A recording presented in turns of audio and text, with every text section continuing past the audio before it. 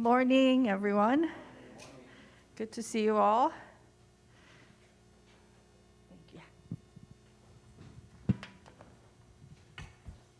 For those of you who don't know me, up until a few years ago, when I stepped down to go back to school to learn more about God and the world and ourselves, I get to share with you some of the things in my last semester.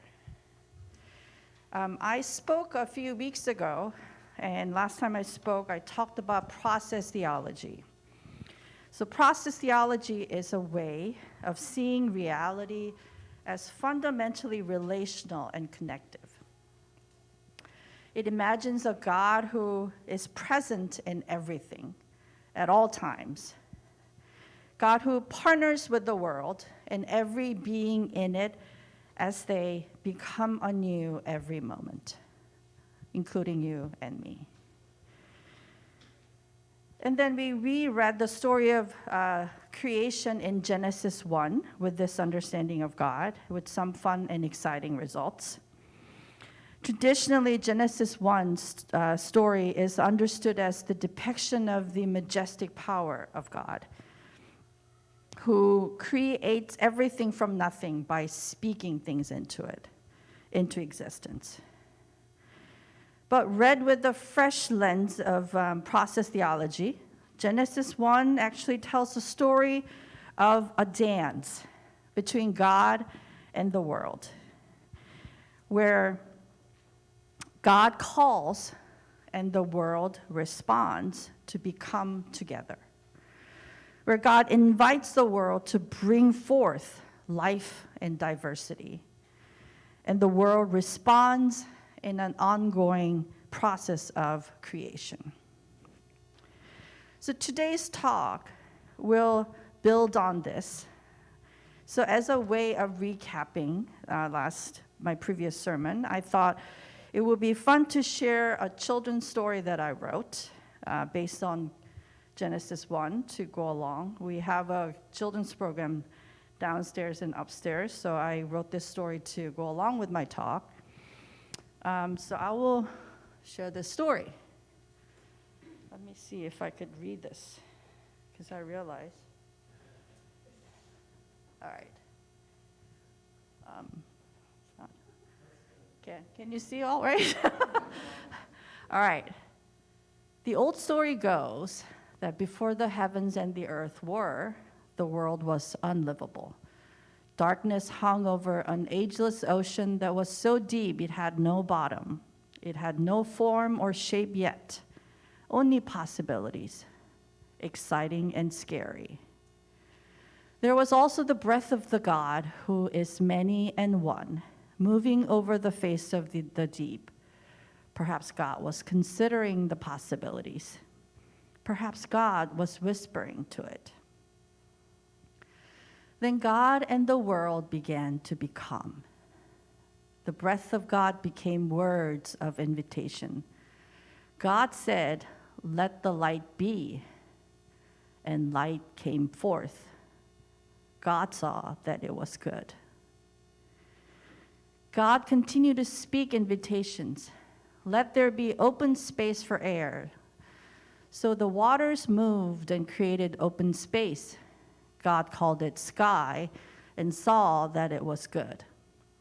God then called forth the sun, the moon, and the stars to keep time, days, months, and seasons. God saw that it was good. Then God called to the waters under the sky, "Let's flow to one place so there may be dry ground." And the waters flowed and created dry ground.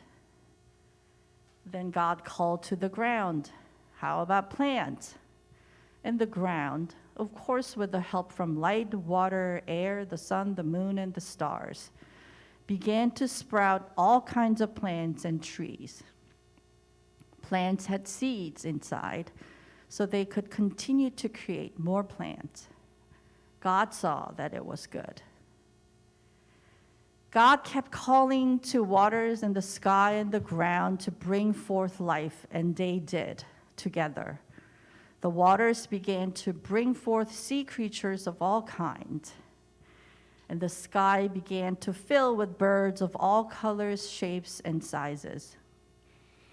And the ground began to create animals that move on the earth, insects, reptiles, furry creatures, and even humans in every color, shape, and size. God saw it all and said it was very, very good. So with God calling and the world answering, God and the world became and keep becoming even now.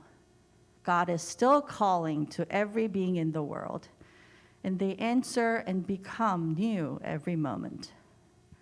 Every moment, God is calling to the world what it can be, calling to every being, calling to you and me what we can be, and we answer according to our choices. Thank you.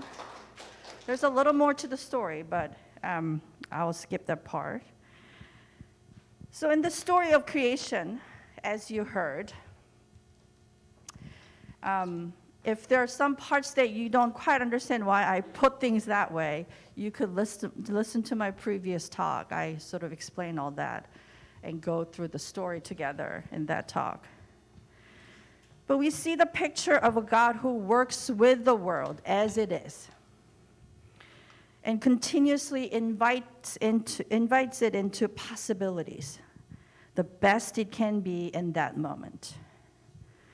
And it is the creatures that respond, that choose, and that create. In the process, theologians will say that this, in essence, captures our reality. The founding figure of process philosophy is Alfred North Whitehead. He was a mathematician and physicist, so his imagination of this reality is closely connected to scientific understanding of the world. And based on that understanding, the theologian Mesley says, each moment we, every creature, arise out of our past in relationship with the whole world. And every moment, God is involved in this process, speaking to us, inviting us into what we can be. And we sometimes respond positively, and sometimes we don't. And these responses and choices of ours become who we are. Our responses become us. So that's one story. Are there more stories like that in the Bible? Yes. Let's take a look at another story today, this time from the New Testament. It is one of the stories Jesus tells in the book of Mark, chapter 4. The short story, let me read it for us. He, Jesus, also said, "With what can we compare the kingdom of God? Or what parable will we use for it? It is like a mustard seed, which, when sown, grown upon the ground, is the smallest of all the seeds on earth. Yet when it is sown, it grows up and becomes the greatest of all shrubs, and puts forth large branches, so that the birds of the air can make nests in its shade." One of my favorite stories. So Genesis 1 is about the creation of the world. Now this parable is about the kingdom of God. This story is often understood as how something so small can become big when God is doing it, which is true, but there's more to it than that. In the story, we also see the partnership between God and the world, just like in Genesis 1. Even the kingdom of God comes like a seed. The the smallest of seeds. Seed is like an invitation, a suggestion, a potential possibility. Seed is not like a commandment or a demand or enforcement of will. It's a lure.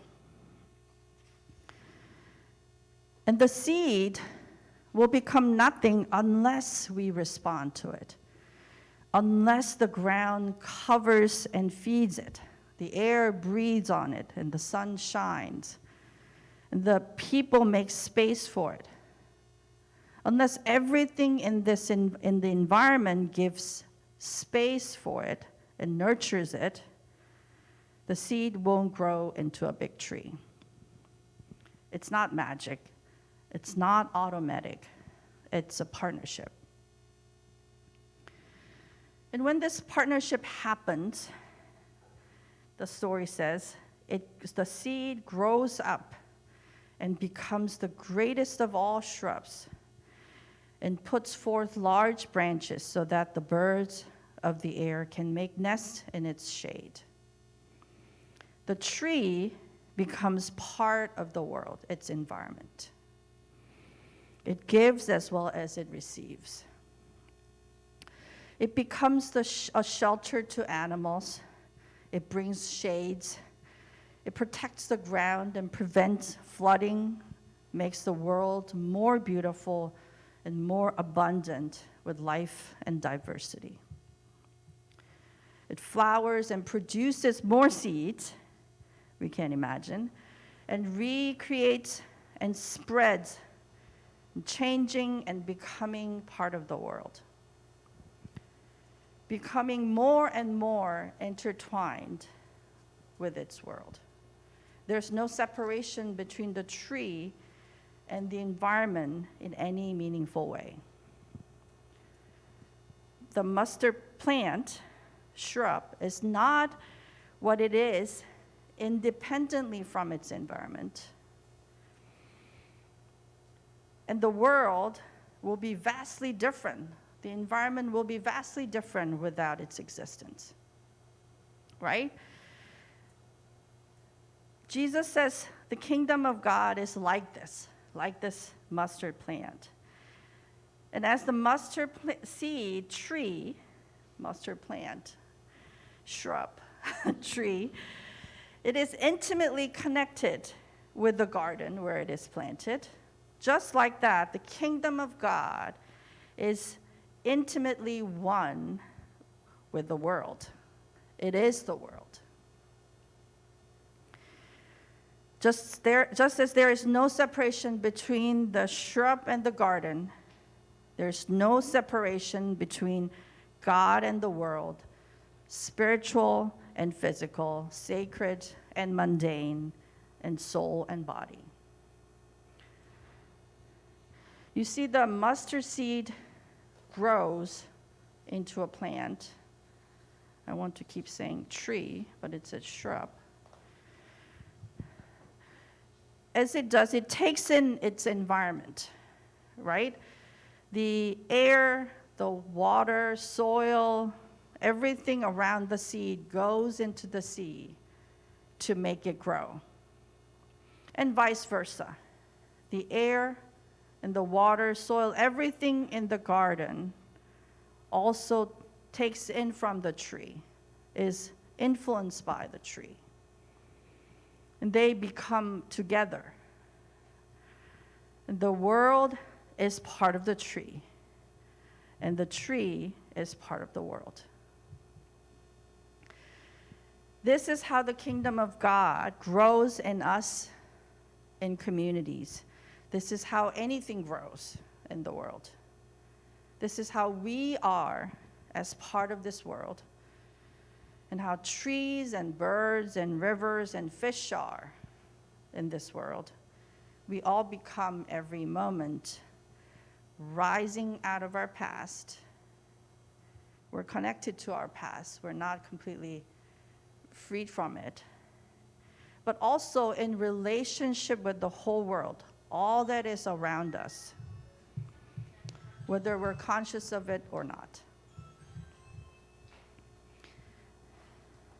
We take in, and with God's invitation, we choose our responses and become.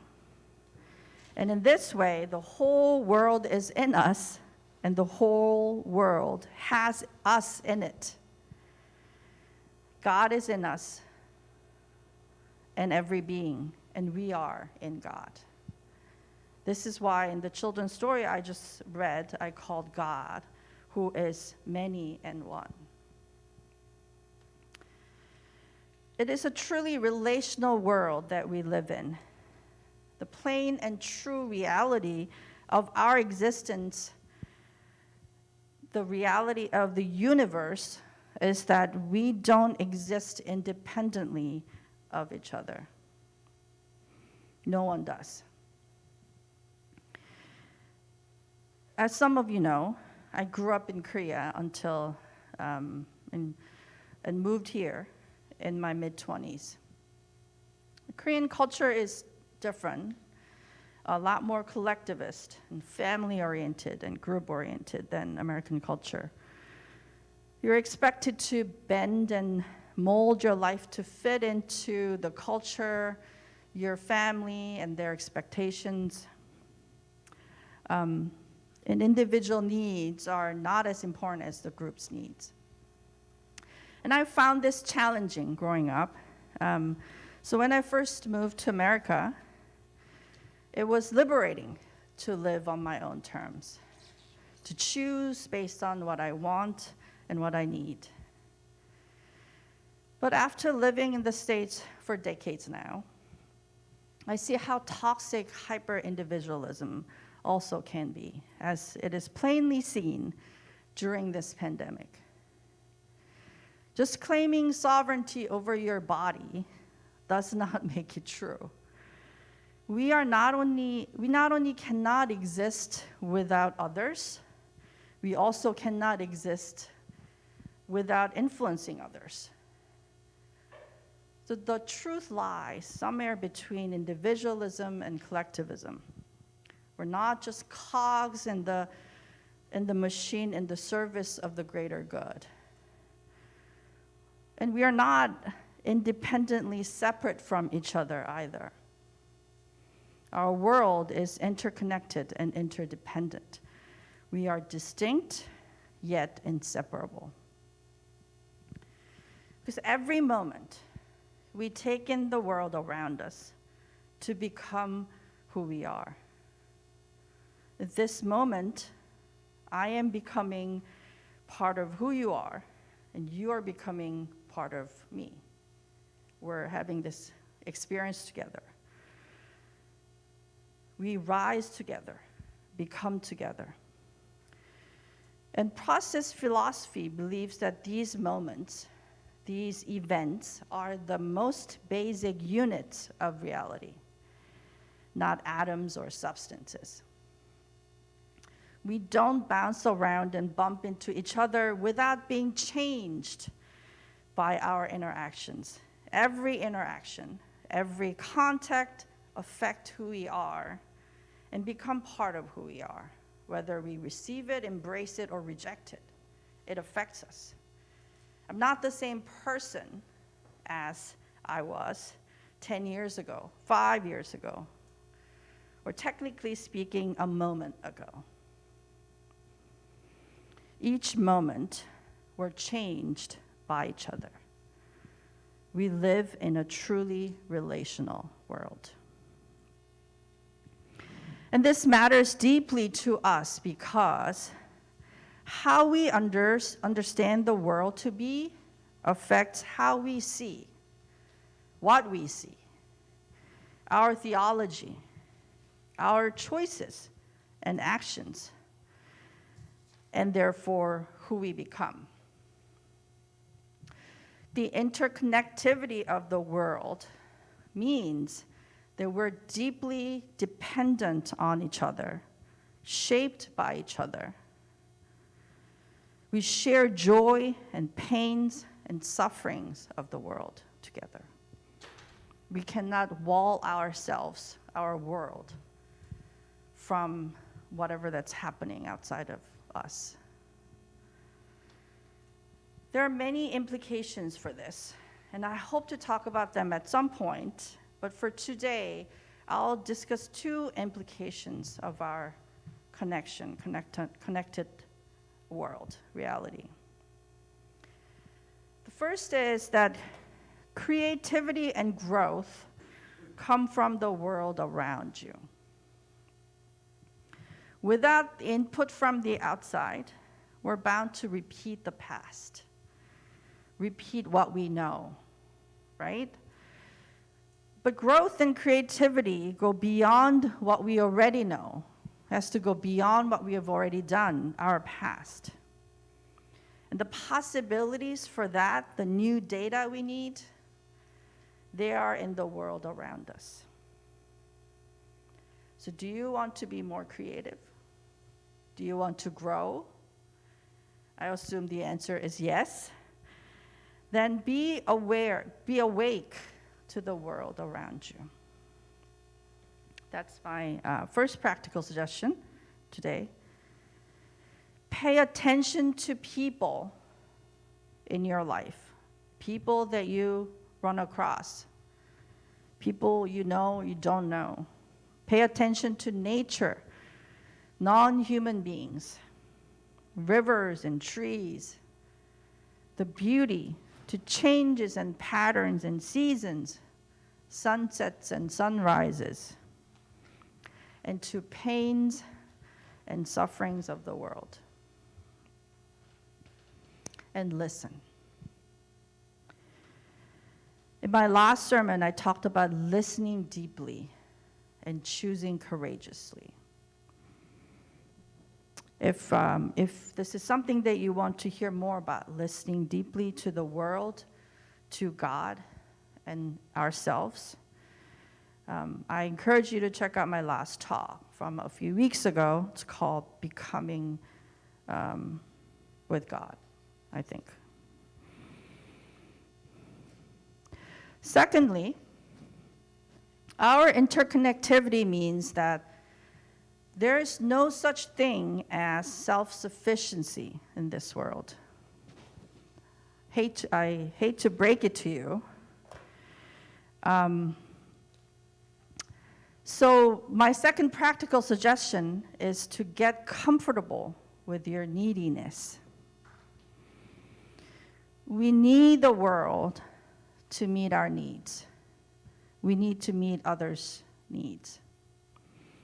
Our culture, whether individualistic or collectivist, tells us not to have needs. In collective cultures, individual needs are burden for the group.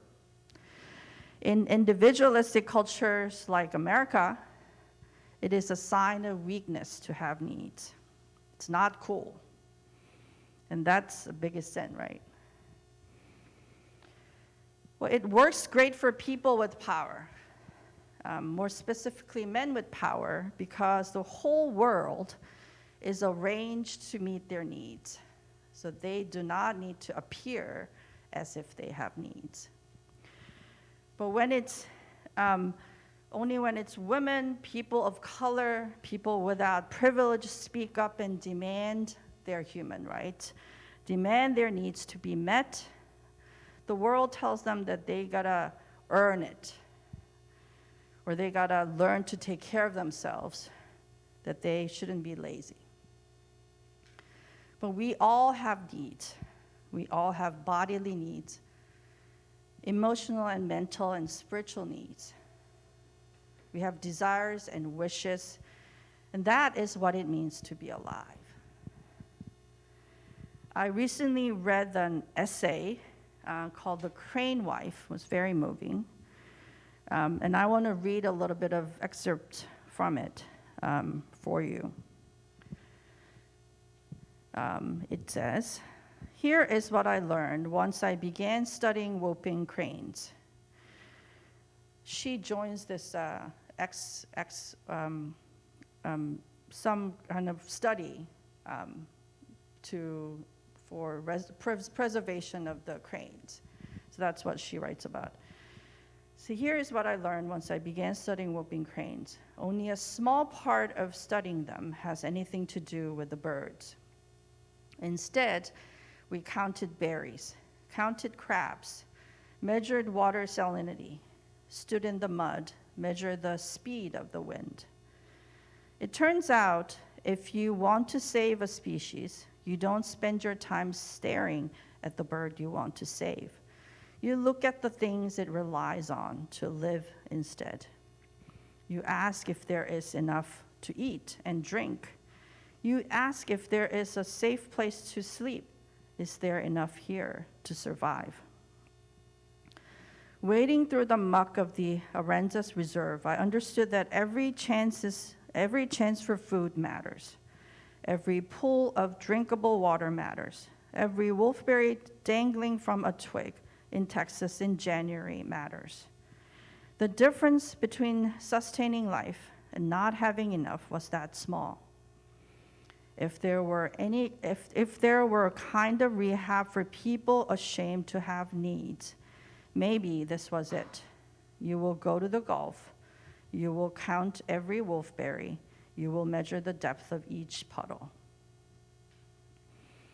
Doesn't it beautifully describe the interconnectivity of our world, how intertwined the cranes are and their existence are with their environment? They're part of the environment, and they need the world to survive, and so do you. Let's get comfortable with our bodies, with our needs, and be gracious to ourselves, and be gracious to others' needs. I'm going to wrap up the talk here, and my hope for us today is that we will remember the old truth of our connectivity, because this is not new. This is an old wisdom that we've forgotten. That we each are inseparable yet distinct part of the world. That we carry the whole world inside of us, and that we carry each other inside of us. We're carried by each other. I hope that this truth will inform how we see and what we see, and how we interact and choose in our lives. Thank you.